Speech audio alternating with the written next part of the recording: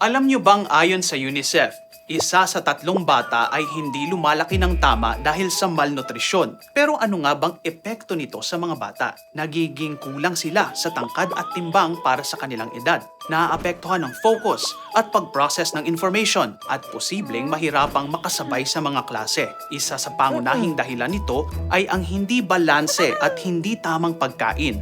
Kumpara sa recommended dietary intake, mababa ang pagkonsumo ng gulay at prutas ng marami sa mga Pilipino. Pero bakit nga ba hindi nila nakukuha ng tama ang nutrisyon na kailangan nila? Ayaw na anak ko ng prutas at gulay.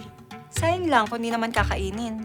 Ang gastos pag masustansyang pagkain. Tipid budget lang yung kaya namin. Sa akin, mas nadadalian ako mag-order na lang ng kung anong gusto ng anak ko. Kung isa ka sa mga namomroblema, good news! May kapartner na kayo! Sinimulan ng Ajinomoto Philippines ang Magpinggang Pinoy Tayo program para ma-promote ang better nutrition for Filipino children. Simple lang naman. Ang Pinggang Pinoy ay balanced nutrition food plate guide for Filipinos, developed by the Department of Science and Technology, Food and Nutrition Research Institute. Sa isang plato, ito ay binubuo ng Go Food, mga pagkaing nagbibigay ng enerhiya tulad ng kanin, tinapay, and foods rich in carbohydrates. Grow Food o mga pagkaing mayaman sa protina tulad ng karne o isda, at Glow Food na nagpapalakas ng immune system tulad ng mga prutas at gulay. Balansing pagkain at tamang dami ang key. Noong 2021, in partnership with UP Los Baños Institute of Human Nutrition and Food at local government ng Cainta, nagkaroon ng pag-aaral kung gaano ba kaepektibo ang MPPT program. Parte ng programa ay ang lunch supplementation para sa 270 na 3 to 5-year-old underweight kids.